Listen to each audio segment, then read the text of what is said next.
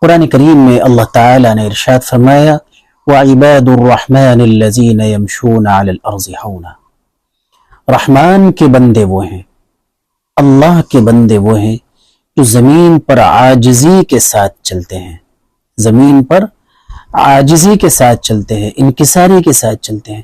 آج دولت آئی نہیں اور ہمارا تکبر کا لیول بڑھا نہیں، آج ہمارے پاس بنگلہ، گاڑی، پیسہ، کپڑا یہ آیا نہیں اور ہم آسمان میں اڑنے لگتے، ہمارے پر جو ہے وہ کھلنے لگتے، ہم کسی کو سلام تک کرنا پسند نہیں کرتے اور زمین پر پیر مار کر چلتے ہیں، اکڑ کر چلتے ہیں۔ بھائی اکڑ کس بات کی ہے؟ قرآن کریم تو کہہ رہا ہے وَعِبَادُ الرَّحْمَنِ الَّذِينَ يَمْشُونَ عَلَى الْأَرْضِ هَوْنًا، رحمان کے بندے وہ ہیں جو زمین پر عاجزی کے ساتھ چلتے ہیں، اپنے پیروں کو عاجزی کے ساتھ رکھتے۔ اللہ تعالیٰ جو ہے تکبر کو پسند نہیں کرتا، عاجزی کو پسند کرتا ہے۔ آپ انکساری لائے اپنے اندر، تواضع پیدا کرے۔